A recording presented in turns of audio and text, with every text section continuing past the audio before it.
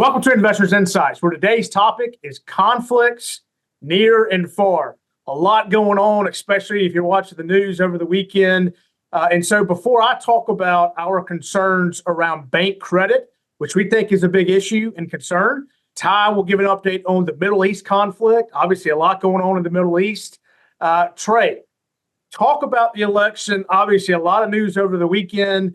Talk about the election and what we've seen in the market. And then also, you mentioned a really cool fact about the market highs here in the U.S. and then also in Japan. So go ahead and talk about those two topics real quick. Yeah, absolutely. Thanks, Bobby. So this is New Hampshire primary week, which traditionally every 4 years is one of the most exciting weeks on the political calendar, and election followers on TV and our research groups we follow that track politics closely. This is one of their big weeks, almost like their Super Bowl. It's very ho-hum this year. And so that gave us pause in terms of what to expect going forward. It's widely considered that former President Donald Trump will be the Republican nominee going forward, while Nikki Haley is still in the race. And President Biden, while not on the ballot in New Hampshire, is expected to win the write-in candidacy by double-digit points. And so really not much excitement in terms of uncertainty around who's going to win. And so that gives us interesting concept to this chart that we often reference. And what this chart shows is the return of the market in presidential election years when the incumbent party wins versus when the incumbent party loses.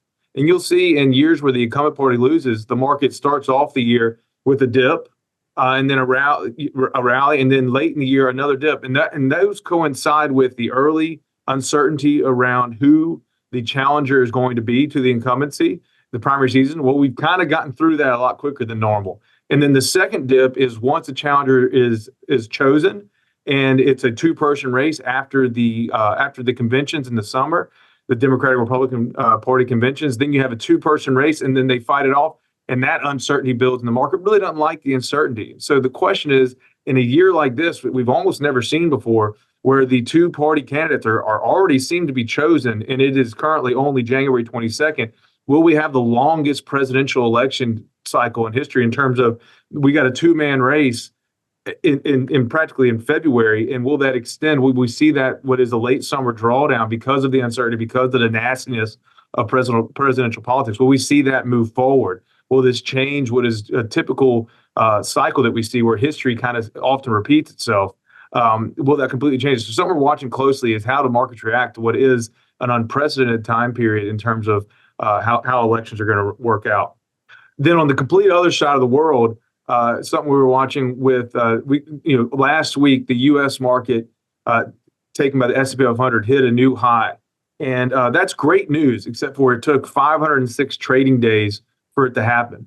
The last high was in January 2022. That's one of the longest spans between market highs that we've seen in the U.S. market. And every few years, the S&P 500 reminds investors in the U.S. that stocks don't always go up. Bobby has mentioned a lot here, a good factor that 2022 was the seventh worst year in the stock market's history. And we focus a lot on the long term because short term things can be very choppy. However, if you look at the poor state of Japanese investors, the Nikkei, which is their stock market, is still waiting to hit an all-time high. It has gone 8,361 days since it last hit an all-time high back in 1989. So it's about 6% away from that all-time high and in a good uptrend. So hopefully they'll hit it soon, and their long doldrums of the Japanese investor will finally, the person that invested back in 1989 will finally start to make some money off their investment. So just wanted to remind clients, sometimes when things feel rough here, never forget there's always that Japanese experience of many decades of the down markets is crazy to put things into context. So I thought that would be kind of a fun fact to add on this Monday. The two really not connected, but just wanted to share that with our viewers. Yeah, I mean, that's pretty fascinating about the Japanese market. And Trey, like you said, elections matter. This is not going to be a dull election cycle this year. We're going to continue to talk about it because it does impact the market. And also, there was a lot of talk last year about our economy having a soft landing and avoiding a recession, even though the Federal Reserve continued to raise rates last year to fight inflation. And while we do believe that the Federal Reserve has been able to navigate a tough environment, we also are of the belief that the economy is not out of the woods. and that there are a few indicators that are keeping us in the camp that we could still see a slowdown or a recession this year. And one indicator that we are concerned about is what we're seeing with bank credit. So as you can see in this chart, bank credit is seeing a sustained contraction for the first time since the recession back in 2008, 2009. We look at bank credit conditions as an indicator because it shows that businesses are borrowing less due to higher interest rates. Less borrowing by companies historically means less investments by companies, which hurts economic growth. So going back over 50 years, you can see in the chart, there have only been 2 times that we've seen bank credit go negative like we're seeing now. This cannot be ignored. You can see in the chart that the shaded areas represent recessions, and you can see that bank credit fell each time during the years where a recession occurred.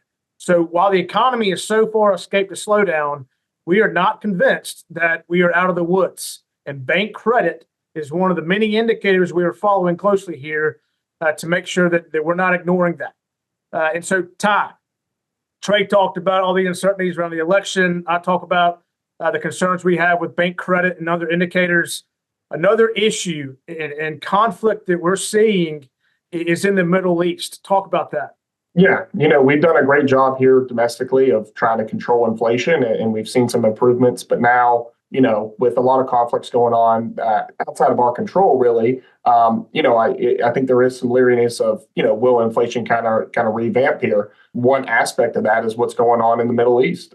So the Red Sea, it used to handle 10% of all goods moving around the world. But since the Houthi began launching missiles, their capacity has dropped, their shipping volumes, have dropped 30% below normal levels. And so as you see in this chart here, this is kind of what's expected on the container freight capacity side. And the actual, you can see, is just falling off a cliff here to begin the year with all these attacks. We have companies pulling out on January 16th. Shell said that they were going to avoid the Red Sea for right now. They don't want their boats getting hit by missiles. They don't want anything happening here. And then I have another interesting chart here about the Suez Canal. So the trade volume. CNBC put out a very interesting article here with a headline: Red Sea attacks already a bigger issue for supply chain than the pandemic. I know we all remember what a headache that was. Ships lined up, for days, for months, trying to get into port to get our goods. And CNBC is putting out this report that this might be even worse. And then, of course, here I got another chart just showing some global shipping rates starting to surge. And so I think that's something that we need to keep an eye on going forward, from a domestic standpoint and a global standpoint on the inflation side. If shipping rates are going to surge, I would expect good prices to follow. Yeah, I mean, what's going on in the Middle East is a market-moving event. The market strength we've seen in recent weeks is because of the fact that the market expects the Fed to cut rates. If inflation spikes, again, because of what's going on in the Middle East, that's going to hurt the chances of a sooner than later cut. So again, the topic today, conflicts near and far.